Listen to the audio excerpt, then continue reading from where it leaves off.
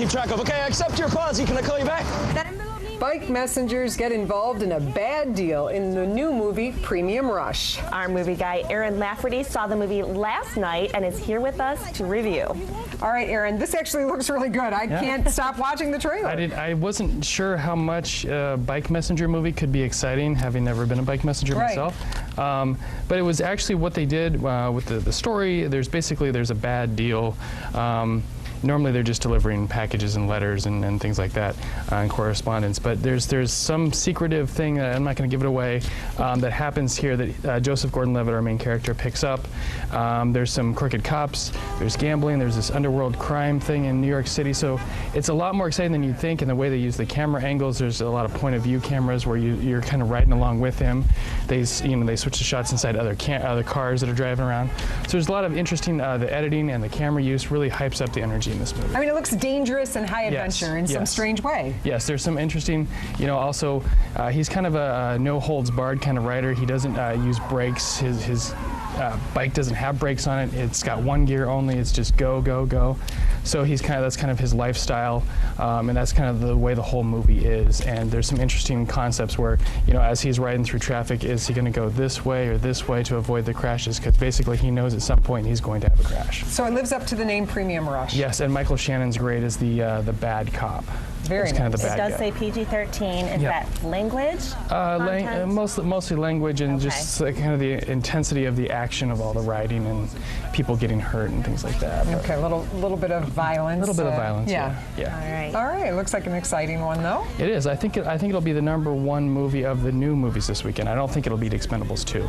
I think that'll stay #1, but I think Premium Rush will be the best of the new movies this weekend, as far as dollars go.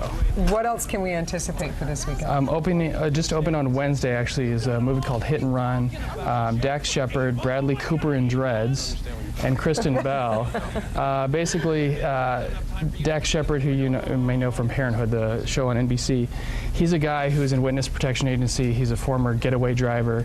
He risks it all to help his girlfriend get out of LA. This looks funny. That's kind of where it goes.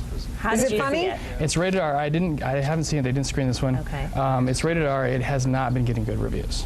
Really? So might want to wait and rent this one. It's good to know which ones we should, go to the theater for and maybe wait on. So you're recommending hold off on this one? Yeah, I would say Premium Rush, go see like a matinee or a little less expensive version. It's worth it, but I would say wait on Hit and Run. All right, good advice. I like knowing how I can save some money. Yes, save some cash. All right, what else do we have? We have a horror movie this weekend. This is in limited release, so it's only at a couple theaters in West Michigan. It's called The Apparition. Ashley Greene, you might know from Twilight.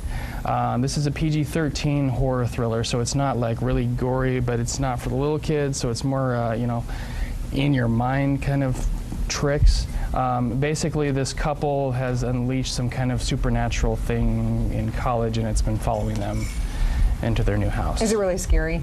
I don't know. It looks scary. It does. I mean, just from the clips, girl. just from the clips I've seen, it's scary. There's something going on. It might be in the vein of Ring or something like that. Okay, so kind of be prepared and pay attention to that PG-13 yes, for sure. It is PG-13.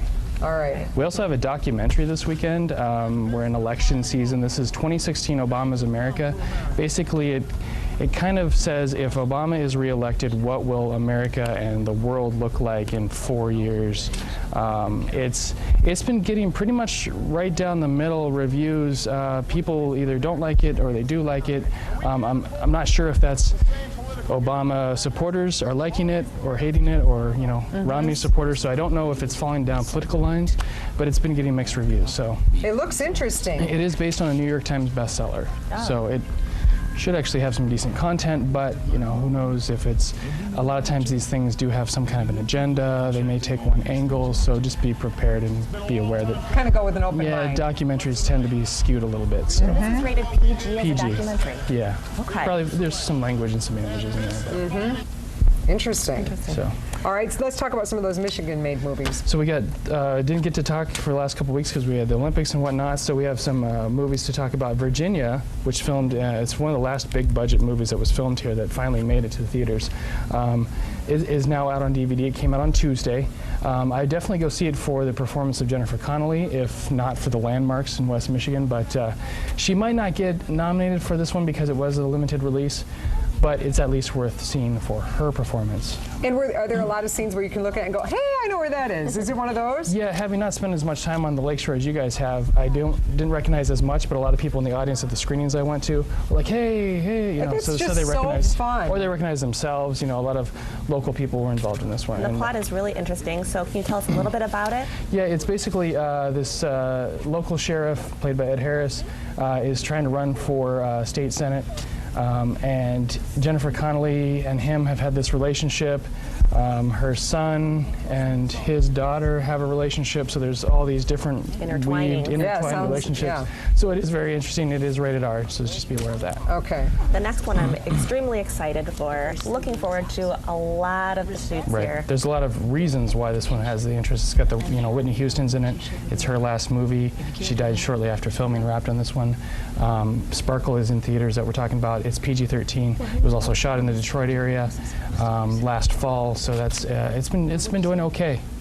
So has it been doing as big as they thought? I mean, I thought this thing would be huge. Yeah, I think they thought it would do better because of the Whitney Houston connection.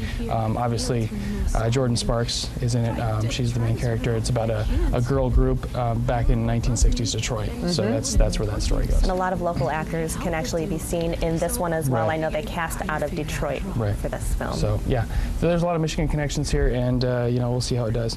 Also, coming soon, Red Dawn, which is a remake of the 1984 movie, was shot in Michigan. This was before Chris Hemsworth was Thor. This was before Josh Hutcherson was PETA in the Hunger Games. This movie was filmed back in '09, and then MGM went into bankruptcy. So this movie's been on the shelf. It's coming out November 21st. So it looks kind of interesting. We're getting our first looks at that, and that's going to be a PG-13. And that's next week. No, it's November 21st. Or November, okay, so you've got to wait a little bit. So just looking ahead there. Thank you so much for giving us the inside scoop. Yeah. We love a great movie, and I appreciate your advice before we head to the theater. Right. Thank you for letting us know which ones to go see and which ones to kind of hold off on. All right, sounds good. We'll be right back. Are you West?